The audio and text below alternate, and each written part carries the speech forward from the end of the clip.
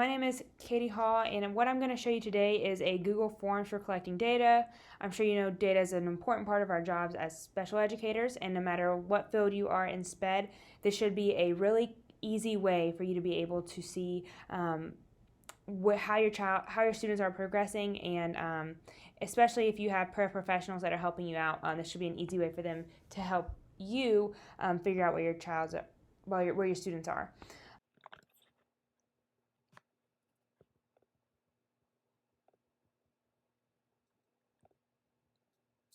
So what I'm doing to help you guys out is to just start a new one, just so you can kind of see completely from the beginning.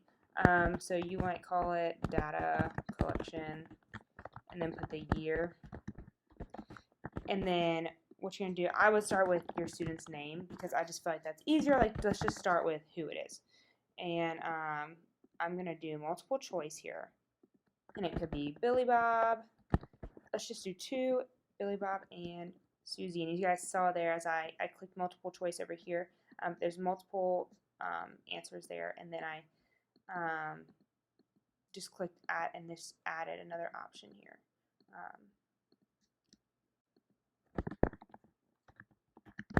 There you go. And then what you're going to do is based on these answers, you want it to go to a certain area because you know Billy Bob's goals and Susie goals aren't going to be the same. So what you're going to do now is to add a different section. All right, let's add a new section just for Billy Bob. So Billy Bob, and then the only question in Billy Bob's section is going to be, what goal are you working on?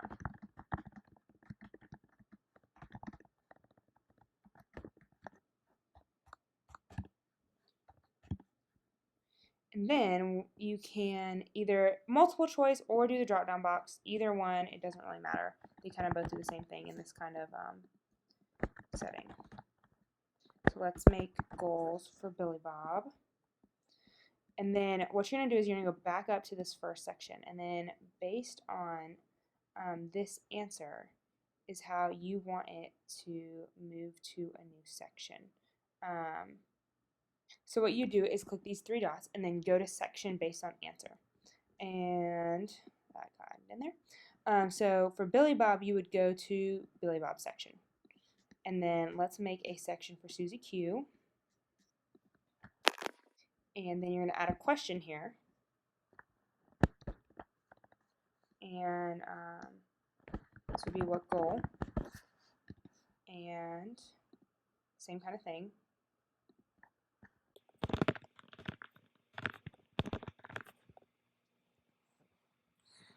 So from here, you would make sure to go back, and based on what the answer is here, you want to go to that certain section. Okay, now this is kind of where it gets a little bit more tricky.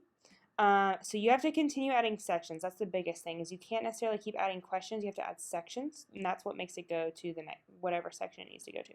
So let's say you wanted to make Susie Q's goal. So what you would do is add another section, which got moved above this one, but that's okay. Doesn't really matter what order the sections are in. So let's say this is Susie Q writing.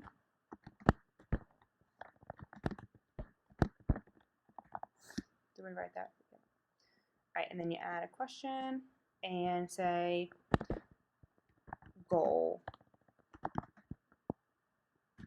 You would write the goal out there and then choose how you want somebody to answer. And it may be that it's just easier for you to have them type it in as it is, depending on what it is, maybe describing the paragraph that the student wrote, or describing how many prompts they needed to put correct punctuation. It just depends on how your goal is written.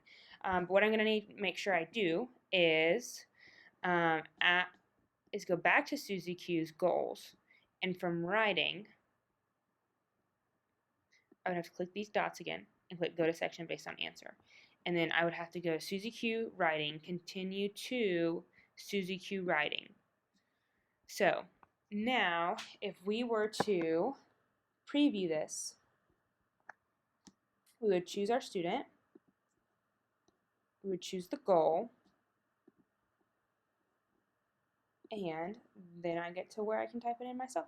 So that'll just make data collection a lot easier for you going into your first year teaching, if that's what you're doing, or if it's a first year in a SPED class or program. I think it'll be really helpful for you. I'm really excited to implement it, and I know it'll be something that will save you a lot of time, even if it takes a lot to